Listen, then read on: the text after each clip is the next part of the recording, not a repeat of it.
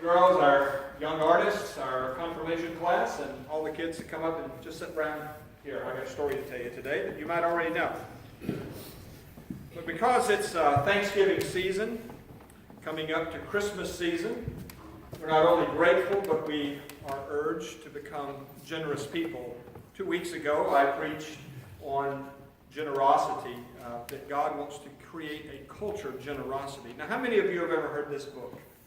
You know this book? Okay, I'm going to read it to you, and we'll go pretty fast for it, but I want you to see the pictures. And some of you, how many of you have ever read this book, The Giving Tree? Okay, it's a great book, but it's a story that I want to tell our kids as part of my sermon today. The Giving Tree by Shel Silverstein.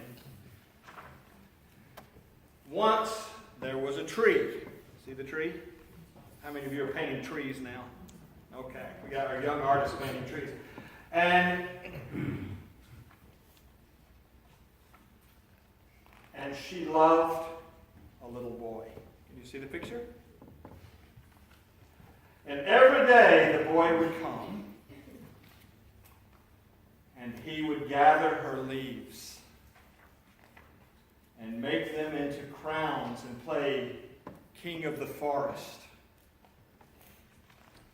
And he would climb up her trunk, little shoes down here, and swing from her branches and eat apples. And they would play hide and go seek. Take that cover off. Play hide and go seek.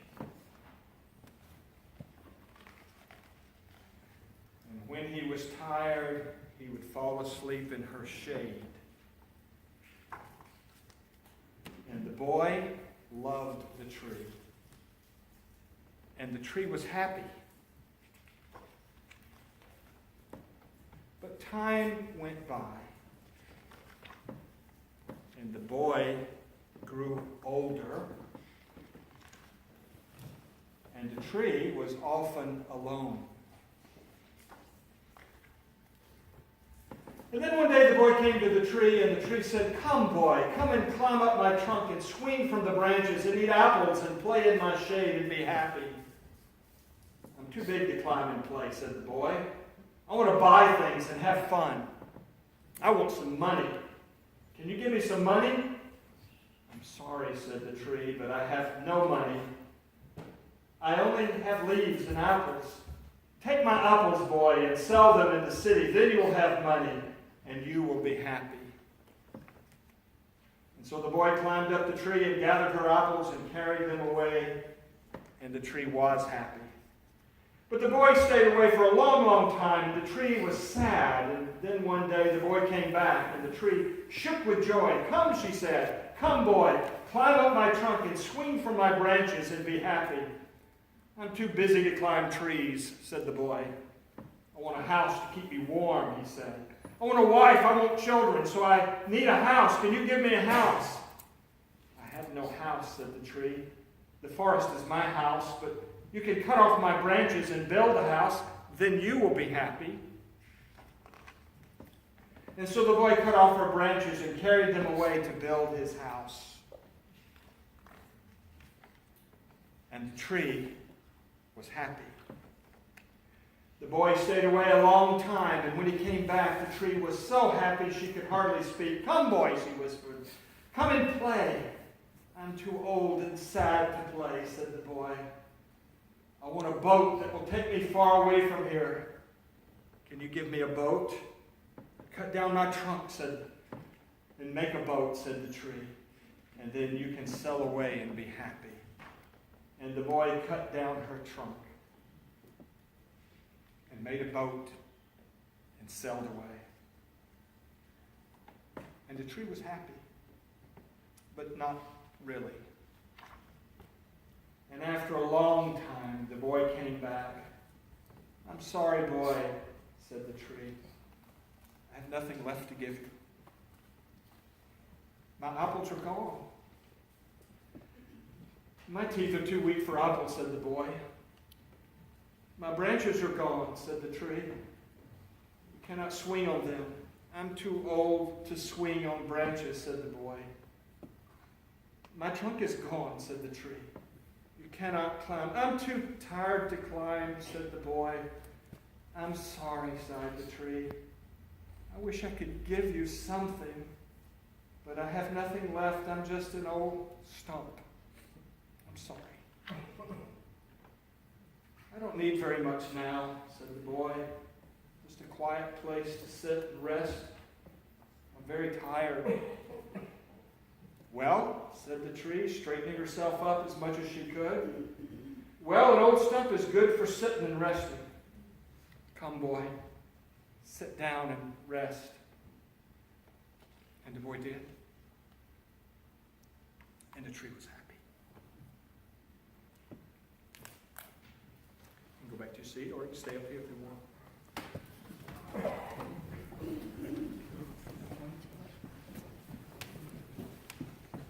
That tree is about incredible generosity and fulfillment. That when you give it all, you really haven't lost. When you give it all, that's the secret of happiness. The happiness, the secret of living is giving. We know this every year around Christmas time, that it's not really just about getting. It really is about that spirit of generosity that just for a few moments hits everybody and sweeps through our country. But hopefully we Christians who have based this on the life and death of Christ can understand that this is what God is like, is He wants us happy, and He gives us everything.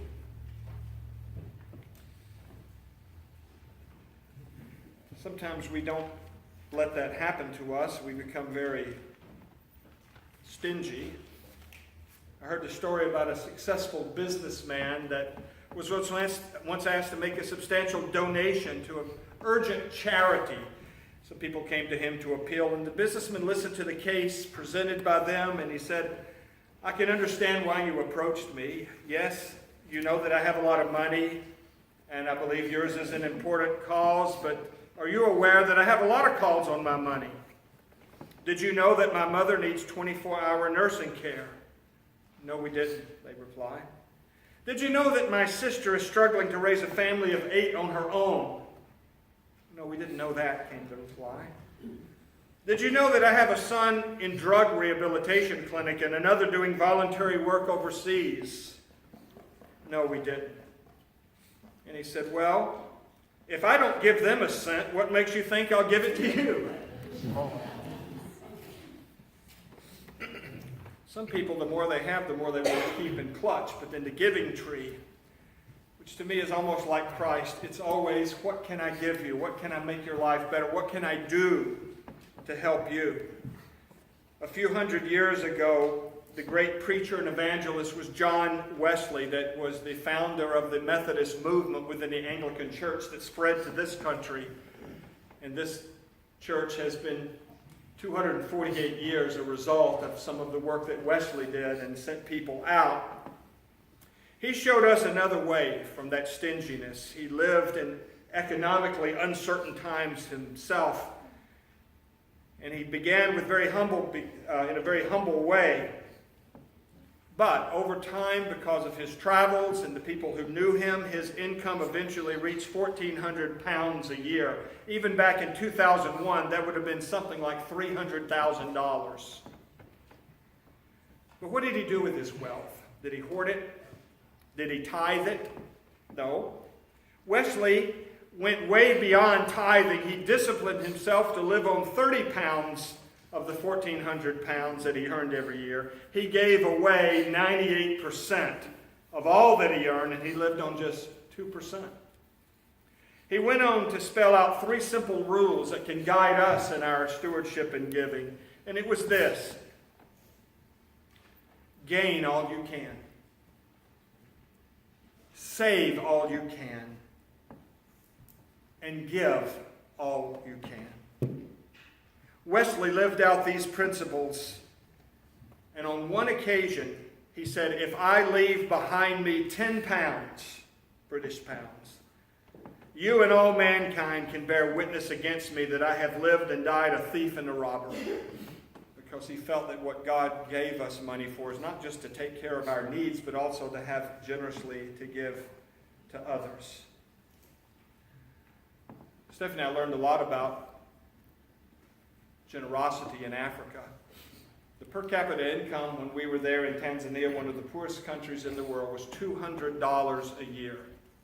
$200 at a family, and they didn't have small families. They may have a family of 15 living on about $200 a year. We were living in an area that of the 25 regions of Tanzania, 9 of them were in perpetual famine, and we were in one of those areas.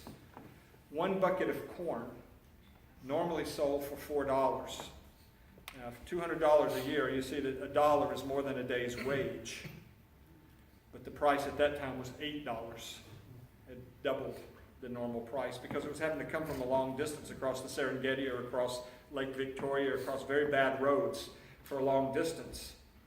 And yet, whenever we went out to the villages, and they were really poor, living in mud huts with thatched roof, they would invite us to their home and they would feed us whatever they had that they could give. They wanted to take care of the guests because they felt every guest is a blessing.